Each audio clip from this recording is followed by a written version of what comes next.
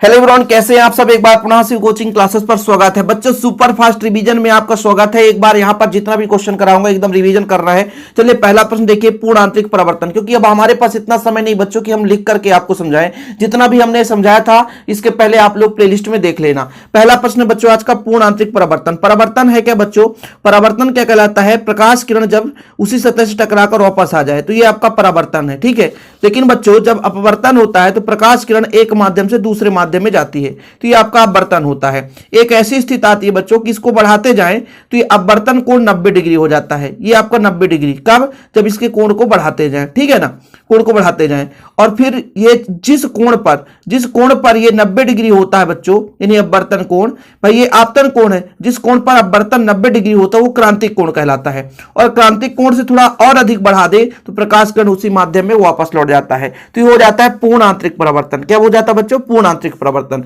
तो इसमें पूर्ण आंतरिक परावर्तन का मतलब ये है कि हमने आपतन कोण का मान बढ़ाया क्रांतिक कोण से, तो कहीं ना कहीं आपतन कोण का मान, ये जो आपतन कोण का मान है वो क्रांतिक कोण से अधिक होना चाहिए। पहला स्टेप।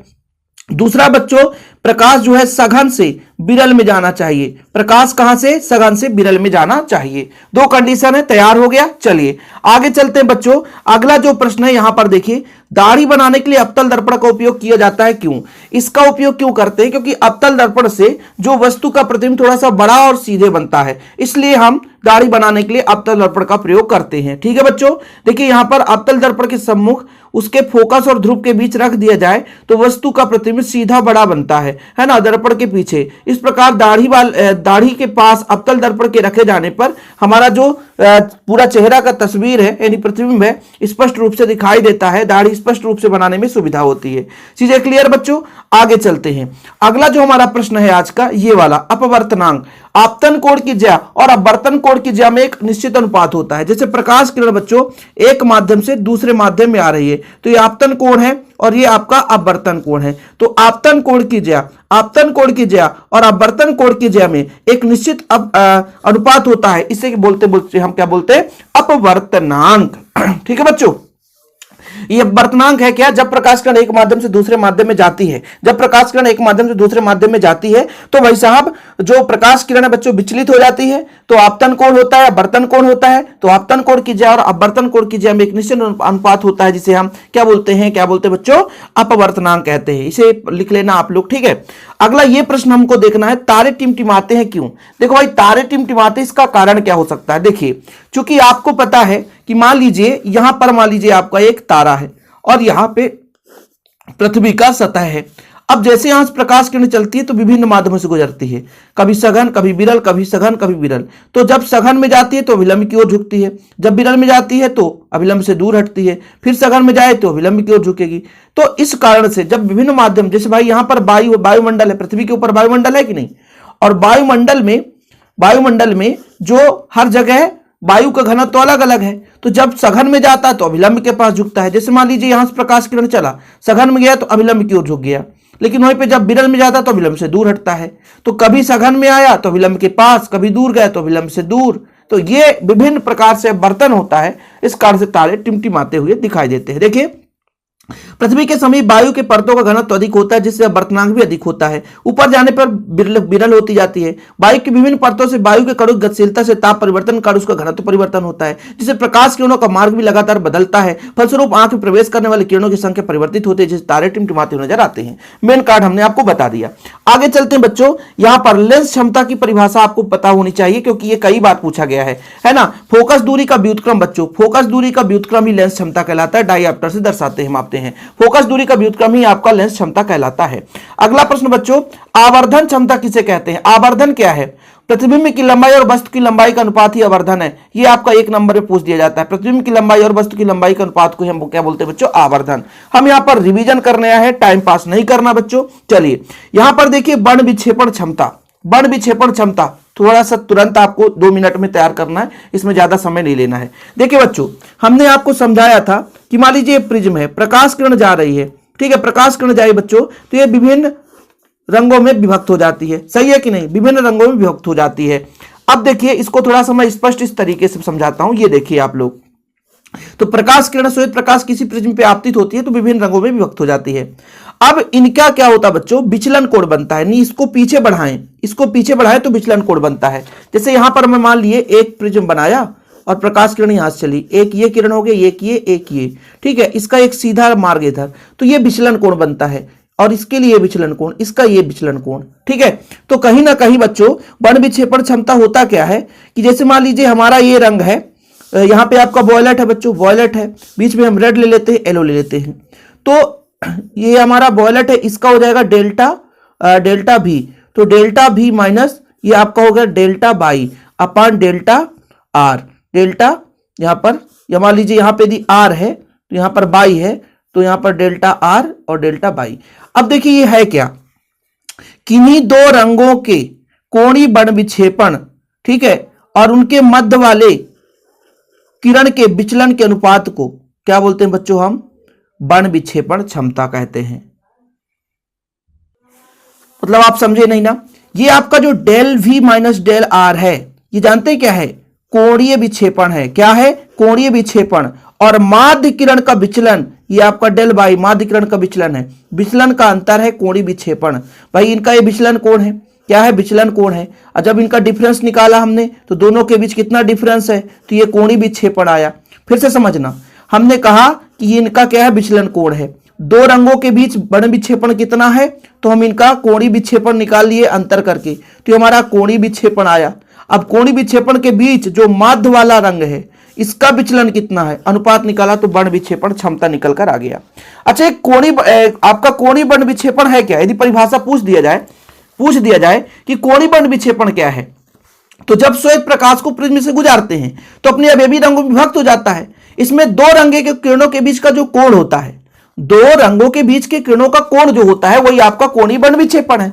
आपको समझ में नहीं आएगा क्योंकि इतना आसान है नहीं, फिर से समझा देता हूं मैं आपको। ये प्रिज्म है बच्चों, प्रकाश किरण यहां से गई, तीन रंगे चली गई, अब इसको मैंने आगे बढ़ाया तो ये मान लीजिए आर है, रेड कलर है तो इसका डेल आर, ये मान लीजिए वाई है तो डेल वाई, ये मान लीजिए भी है, ठीक है, तो इसका डेल भी। अब मैं यहां पे कोणीय विक्षेपण निकालना चाहूंगा इन दोनों के बीच, तो इसका विचलन कितना है, अधिक वाले भी का, तो भाई यहां पर डेल भी, और कम वाले का डेल आर, इन दोनों का डिफरेंस ये कोणीय विक्षेपण। समझ में आया कि श्वेत प्रकाश को जब हम प्रिज्म से गुजारते हैं तो विभिन्न रंगों में विभक्त हो जाता है। यह परिघटना आपका बच्चों बन विक्षेपण कहलाता है। बन विक्षेपण की यदि परिभाषा पूछ दे तो बनेगा कि नहीं, है क्या ये बन विक्षेपण, है क्या बन विक्षेपण, समझ में आ गया होगा बच्चों। देखिए यहां पर देखिए आप लोग, खतरे का सिग्नल लाल क्यों होता है, क्योंकि लाल दूर तक जाता है बच्चों। देखो लाल रंग का तरंगदैर्ध्य बहुत अधिक होता है, जिसका तरंगदैर्ध्य अधिक होता है वो ज्यादा विचलित नहीं होता है, ध्यान रखिएगा। जिससे वायुमंडल में अणुओं द्वारा लाल रंग का प्रकीर्णन कम होता है, जिसका तरंगदैर्ध्य अधिक होगा प्रकीर्णन कम होता है, और दूर तक ये हम दूर से इसे देख सकते हैं, मतलब लाल रंग को हम दूर से देख सकते हैं, ठीक है। स्पेक्ट्रम किसे कहते हैं, जब श्वेत प्रकाश को किसी प्रिज्म से गुजारा जाता है तो 7 अवयवी रंगों में विभक्त हो जाता है। यह परिघटना आपका स्पेक्ट्रम कहलाता है। क्या कहलाता है बच्चों, स्पेक्ट्रम कहलाता है, ठीक है। इसके बाद आगे चलते हैं, जो हम काम की बात करेंगे बच्चों, जो एग्जाम में पूछा जाता है। अगला प्रश्न बच्चों, परावर्तन। परावर्तन तो आप 1 मिनट में प्रकाश किरण की सतह से टकराकर उसी माध्यम में वापस हो जाए, वो परावर्तन है। आपतन कोण और अपरावर्तन कोण समान होता है। आपतित किरण, परावर्तित किरण, ये आपतित किरण है, परिवर्तित किरण और विलंब, तीनों सदैव एक ही तल पर रहते हैं, एक ही बिंदु पर और एक ही तल पर रहते हैं। खत्म कहानी, ठीक है बच्चों। चलिए आगे चले अगले प्रश्न पर। देखिए जरा यहां पर अगला प्रश्न है, संयुग्मी फोकस क्या है, समझाइए। संयुग्मी फोकस किसे कहते हैं, मतलब अवतल दर्पण के मुख्य अक्ष पर बिंदुओं के ऐसे जोड़े पाए जाते हैं, ऐसे जोड़े पाए जाते हैं कि मतलब एक बिंदु पर रखे तो प्रतिबिंब दूसरे बिंदु पर बने, और एक दूसरे बिंदु से देखा जाए तो प्रतिबिंब पहले बिंदु पर बने, तो आपका संयुग्मी फोकस कहलाता है। मतलब फोकस का ही समूह, संयुग्मी फोकस क्या है, फोकस का ही समूह, फोकस का ही समूह, ठीक है। मतलब दो बिंदु होंगे, वो दोनों फोकस ही हैं। यदि एक बिंदु पर रखे तो वस्तु का प्रतिबिंब दूसरे बिंदु पर, और दूसरे बिंदु पर रखे तो वस्तु का प्रतिबिंब पहले बिंदु पर बने, तो आपका संयुग्मी फोकस कहलाता है। जरूरी है, जरूरी है, प्रश्न रिवीजन करके जाना एग्जाम के पहले भाई साहब, ठीक है। जितने भी हिंदी मीडियम बच्चे हैं, लंबन क्या है समझाइए। लंबन, दो वस्तुओं को एक सीध पर रख दिया, दो वस्तुओं को एक सीध पर रख दिया, चलो ठीक है। यदि आंख को दाएं अथवा बाएं की ओर करने से उनके मध्य जो सापेक्ष विस्थापन होता है उसे हम लंबन कहते हैं। मतलब समझ में आया क्या कि भाई साहब, दो वस्तु को रख दिया हमने और बोला है यदि आंख को दाएं अथवा बाएं ओर करने पर, एक आंख को बंद करके देखो फिर दूसरे आंख को बंद करके देखो, तो उनके बीच जो डिफरेंस समझ में आएगा वही वो लंबन कहलाता है। क्या कहलाता है? लंबन कहलाता है। यहां पर ऐसे क्वेश्चन तो नहीं पूछे जाते, लेकिन ये माध्यम का क्वेश्चन है भैया, इसे आप पढ़ लेना। Very very very very very important. अपवर्तनांक किन किन कारकों पर निर्भर करता है? क्योंकि आपने पढ़ा बच्चों साइन आई बटा साइन आर, ये आपने तो पढ़ ही लिया है कि अपवर्तनांक का मतलब होता है साइन आई बटा साइन आर। तो ये आपका है साइन आई बटा साइन आर, साइन आर, ये म्यू है। अब यहां पर आपतन कोण और अपवर्तन कोण माध्यम पर डिपेंड करता है। क्यों? क्योंकि आपको पता है कि सघन माध्यम से विरल माध्यम में जाता है तो अभिलंब से दूर हटता है, तो भाई जितना विरल होगा उतना ज्यादा इस कोण का मान होगा। ये सघन माध्यम पर भी डिपेंड करता है। तो पहला है माध्यम के जोड़े की प्रकृति पर। विरल माध्यम के सापेक्ष सघन माध्यम का अपवर्तनांक 1 से अधिक होता है, ठीक है बच्चों। और वही सघन माध्यम के सापेक्ष विरल माध्यम का, देखो विरल के सापेक्ष सघन का अपवर्तनांक 1 से अधिक और सघन के सापेक्ष विरल का अपवर्तनांक 1 से कम होता है। दूसरा नंबर ये था माध्यम की भौतिक अवस्था पर घनत्व तो कैसा है, ठीक है, माध्यम का घनत्व तो कितना है। यदि घनत्व तो अधिक है तो अपवर्तनांक भी अधिक होता है। रंग की प्रकृति होनी चाहिए, जैसे किसी माध्यम में सबसे अधिक लाल रंग का जो है अपवर्तनांक, देखो क्या बोला, किसी माध्यम का अपवर्तनांक सबसे अधिक लाल रंग के लिए, ठीक है, किसी माध्यम का अपवर्तनांक सबसे कम होता है। अब यहां पर थोड़ा सा एक चीज नहीं लिखा है, लाल रंग के लिए माध्यम का अपवर्तनांक सबसे कम, और भाई बैगनी रंग के लिए अपवर्तनांक सबसे अधिक होता है। माध्यम के ताप पर, किसी माध्यम का ताप बढ़ाने पर अपवर्तनांक कम हो जाता है। बच्चों 2022 में पूछा गया था ये प्रश्न, इसे आप किसी भी दम पे तैयार कर लेना, ठीक है, किसी भी दम पे आप तैयार कर लेना, क्योंकि भाई साहब आप लोगों को समझना जरूरी है। अब यदि हम प्रकाश के अपवर्तन की बात करें तो सबको पता है कि अपवर्तन का मतलब क्या होता है। जब प्रकाश किरण एक माध्यम से दूसरे माध्यम में जाती है तो अपने मार्ग से विचलित हो जाती है, यही प्रकाश का अपवर्तन कहलाता है। इसमें आप देखिए आपतन कोण, अभिलंब और अपवर्तन कोण, तीनों के तीनों बिंदु एक ही तल पर स्थित होते हैं। और फिर आपने पढ़ा है आपतन कोण की ज्या और अपवर्तन कोण की ज्या में एक निश्चित अनुपात होता है, जैसे हम बोलते हैं क्या बच्चों, जिसे बोलते हैं हम अपवर्तनांक या स्नेल का नियम। क्या बोलते हैं बच्चों? स्नेल का नियम। प्लीज यार ऐसे क्वेश्चन बिल्कुल आप तैयार कर लें, छोटे छोटे क्वेश्चन हम करा रहे हैं। इसके बाद ये अंतर आपको जरूरी है, दोनों अंतर पढ़ना बच्चों, अपवर्ती दूरदर्शी, परावर्ती दूरदर्शी। हालांकि मैंने अंतर का एक सेपरेट वीडियो बनाया था जिसे आप लोग देखे होंगे। अपवर्ती दूरदर्शी में बच्चों उत्तल लेंस प्रयोग किया जाता है, जबकि परावर्ती में परवलयाकार, अपवर्ती में उत्तल लेंस, परावर्ती में परवलयाकार दर्पण प्रयोग करते हैं। देखिए इसने इनसे प्राप्त प्रतिबिंब में गोली विपतन और बड़ विपतन होता है, जबकि इसमें गोली या बड़ विपतन नहीं होता है। इसकी लंबाई ज्यादा होती है, इसकी लंबाई कम होती है। बिल्कुल सिंपल है, थोड़ा सा भी याद दिमाग लगा लें भैया। इसमें उत्तल लेंस, इसमें परवलयाकार दर्पण होता है, इसमें गोली विपतन या बड़ विपतन होता है, इसमें नहीं होता है। इसकी लंबाई ज्यादा होती है, इसकी लंबाई कम होती है। सिंपल है। 2023 में आया था और 2022 में ये आया था, और ये और अति महत्वपूर्ण है। सरल सूक्ष्मदर्शी सूक्ष्म वस्तुओं को देखने के लिए काम करते हैं। खगोलीदर्शी हम दूर की वस्तुओं को देखने के लिए काम करते हैं। सरल सूक्ष्मदर्शी का जो हम बनावट करते हैं बच्चों तो केवल एक उत्तल लेंस होता है, लेकिन इसमें दो उत्तल लेंस होते हैं। हम सरल सूक्ष्मदर्शी में एक उत्तल लेंस प्रयोग करते हैं, लेकिन खगोलीय दूरदर्शी की बात करें, चाहे हम संयुक्त सूक्ष्मदर्शी की बात करें, उनमें दोनों में दो लेंस होते हैं, है ना। तो यहां पर आप दो अंतर तो ऐसे तैयार कर लिए। सरल सूक्ष्मदर्शी मतलब सूक्ष्म वस्तुओं को देखने के लिए, खगोलीय दूरदर्शी मतलब दूर की वस्तुओं को देखने के लिए।